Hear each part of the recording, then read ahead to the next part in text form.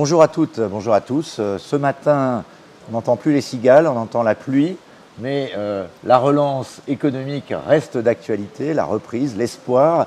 Et dans le sud, quand il pleut, ce n'est pas forcément une mauvaise nouvelle, ça annonce un été peut-être avec moins d'incendies. Avec moins d'incendies, ça c'est Avec nous, pour la grande tribune de la relance, je reçois Martine Vassal. Bonjour Martine Vassal. Bonjour. Vous êtes la présidente de la métropole Aix-Marseille-Provence, donc on est chez vous.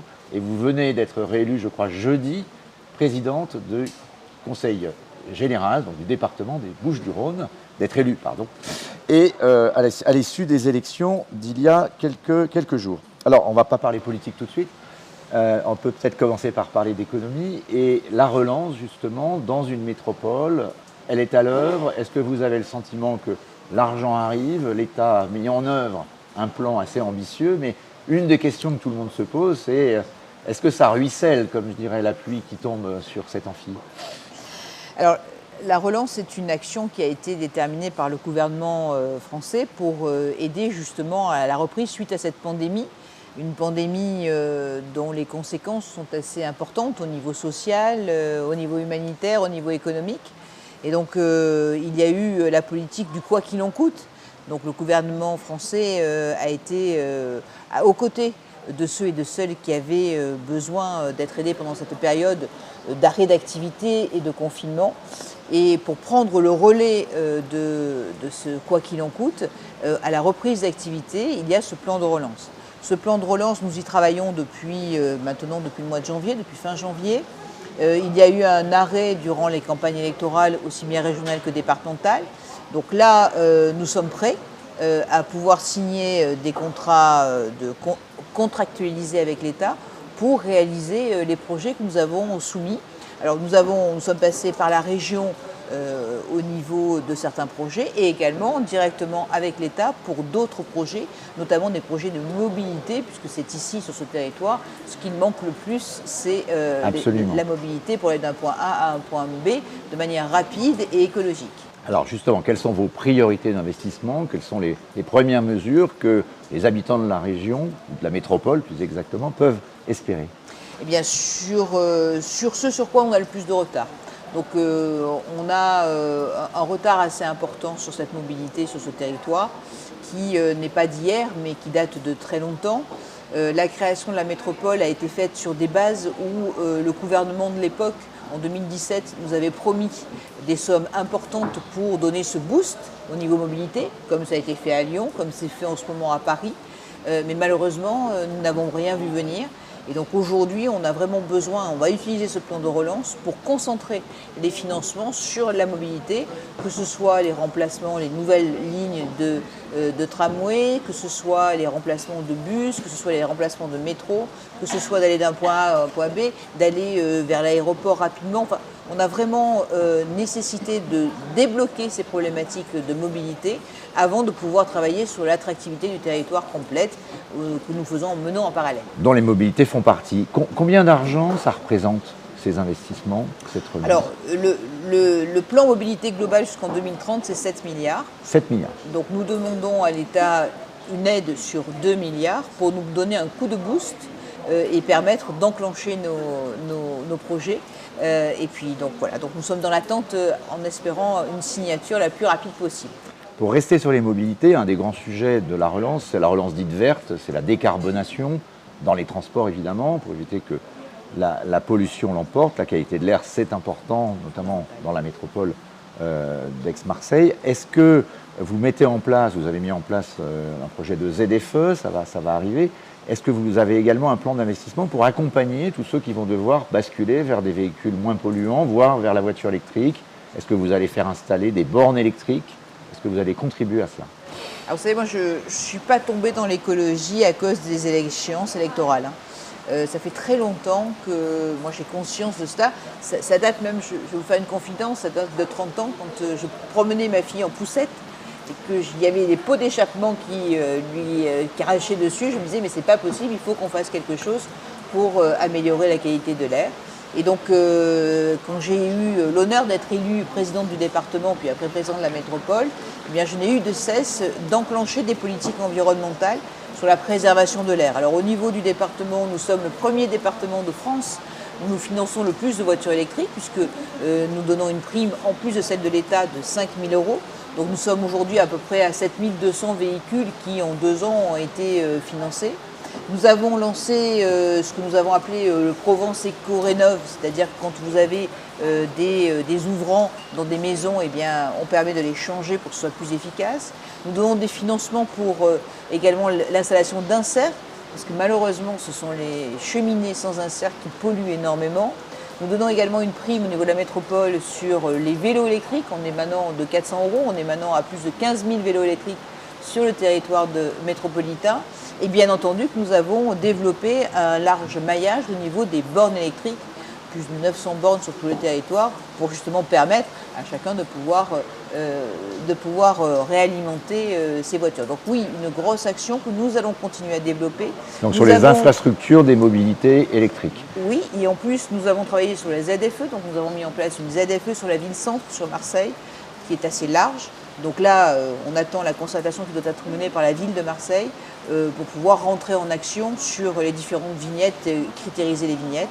Et dans le plan de relance, j'y reviens, nous avons également proposé le financement du mine des Arnavaux. Donc le mine des Arnavaux, c'est un endroit où les producteurs les producteurs grossistes viennent vendre leurs produits et qui pourrait être aussi, qui est à l'entrée de la ville de Marseille, de la ville-centre, qui pourrait être aussi résoudre nos problèmes du dernier kilomètre. Vous savez qu'on a beaucoup de camions qui rentrent dans la ville et qui malheureusement polluent énormément. Donc ça pourrait être aussi une des solutions. Vous voyez, on est très actif, proactif, et on va continuer à être très actif dans cette préservation des espaces. J'oublie également les croisières, puisque nous avons le port qui donne dans la ville-centre, et donc nous avons participé de manière très forte à l'électrification des quais pour permettre aux bateaux de pouvoir s'alimenter directement et éviter de polluer l'air. Donc grosse action au niveau de la qualité de l'air. Un autre élément du plan de relance que vous voulez mettre en œuvre et qui est nécessaire dans toutes les régions, c'est l'attractivité, le développement économique. Alors, on ne va pas dire que la région sud n'est pas attractive, on sait qu'elle l'est.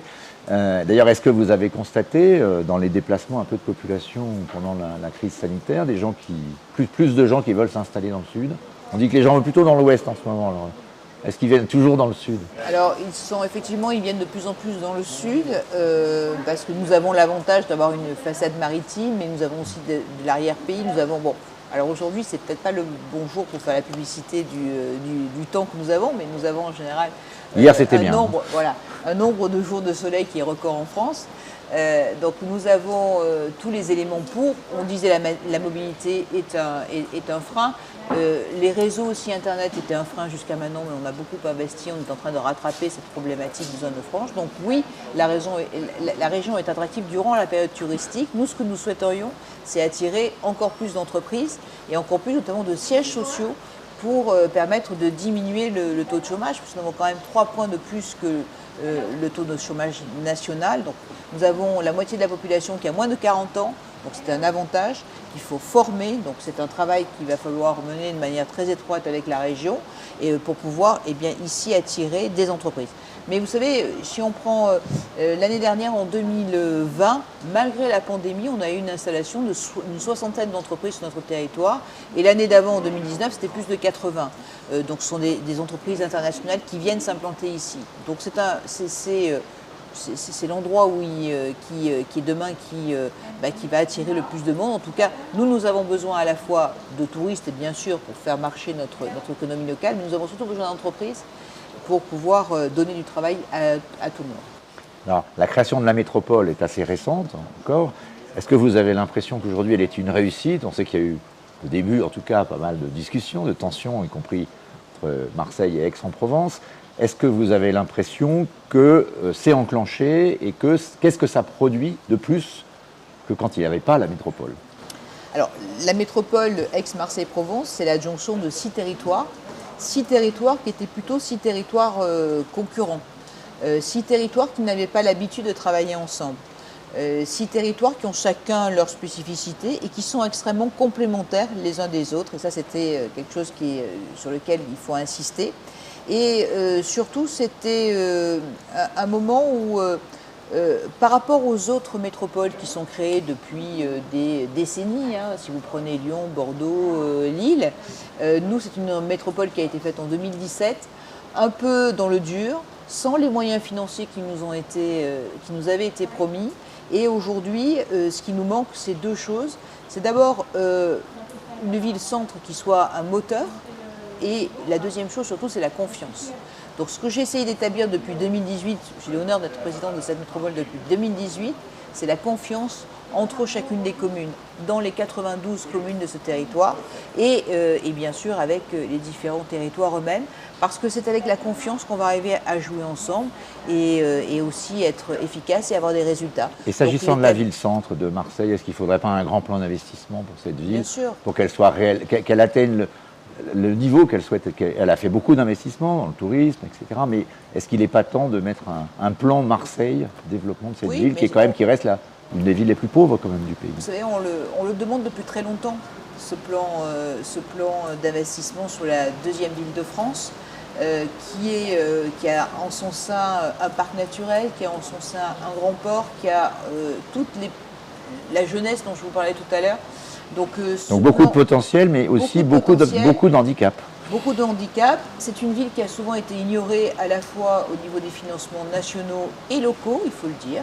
Mes prédécesseurs, au niveau de la région, au niveau du département, ne donnaient pas l'argent nécessaire à Marseille comme ils le faisaient pour les autres communes. Depuis 2015, nous avons eu de cesse d'aider la ville de Marseille, d'investir au niveau de la mobilité, investir au niveau de l'aide aux communes, plus de 200 millions d'euros. Mais effectivement, le département ne peut pas tout faire. Donc il faut que l'État fasse il faut que l'État rattrape ce retard. Ça pourrait être fait en partie grâce à la mobilité, mais c'est aussi grâce aussi à un fort investissement. Nous venons de créer, sous l'égide de la métropole, une société d'aménagement pour refaire tout le centre-ville de la ville de Marseille. Et bien l'État aussi a été là aussi à la manœuvre, nous permet au travers de la Caisse des dépôts de faire des financements, mais il faut continuer sur cet élan, il faut continuer à investir sur Marseille, pour Marseille, parce que je suis intimement persuadée que c'est de notre territoire que partira la relance de la France. Alors dernière question, vous avez gagné les départementales, vous présidez la métropole, et la droite l'a finalement emporté ici au régional, c'est Renaud Muselier qui se succède à lui-même. Qu'est-ce que ça veut dire en termes de coopération? Est-ce que c'est une bonne nouvelle pour finalement accélérer la relance entre la région, le département, la métropole? Qu'est-ce que vous attendez de ce nouveau mandat, de cette nouvelle époque? Il y a une chose qui est sûre, c'est qu'au résultat de ces élections, on s'aperçoit d'une chose, c'est que nos citoyens veulent des résultats, veulent de l'efficacité, veulent que leur quotidien change et change en mieux. Après, vous savez, les partis politiques, c'est surtout un problème de politique nationale et pas de politique locale. Moi, je m'entends très bien avec tous les maires de tout le département sur la totalité de leur origine politique. Je crois qu'il faut arrêter de faire ces clivages stériles qui n'amènent qu'à des opinions dogmatiques et doctrinaires. Il faut plutôt travailler ensemble. Nous sommes élus les uns et les autres. Nous devons chacun nous respecter par rapport au suffrage universel et surtout travailler dans l'intérêt de nos habitants et de notre territoire. Dernière question politique, parce qu'on a un peu nationalisé ce résultat des régionales. La droite, les Républicains, les sortants, mais les Républicains déjà, l'ont plutôt emporté, si on regarde les résultats globaux. Qu'est-ce que ça veut dire? Qu'est-ce que la droite, dont vous faites partie, doit faire de cette victoire? Dans la perspective de l'an prochain, bien sûr. Justement, je me suis battue depuis la décision du gouvernement de faire ces élections locales les 20 et les 27 juin derniers pour que justement on arrête d'essayer de nous nationaliser. Nous avons nos spécificités, nous avons nos valeurs et je pense que c'est autour de ça qu'on va s'inscrire. Si j'ai un souhait à faire, c'est que les médias essayent de considérer un petit peu les actions locales. Et que par contre, je suis sûre que vous allez me réinviter pour que nous puissions parler à partir du mois de septembre des prochaines échéances nationales. Et là, je vous répondrai très volontiers à vos questions. Ce qui est important aujourd'hui, c'est que, à force de nationaliser les débats, on éloigne les citoyens des urnes. Et ça, c'est un peu inquiétant.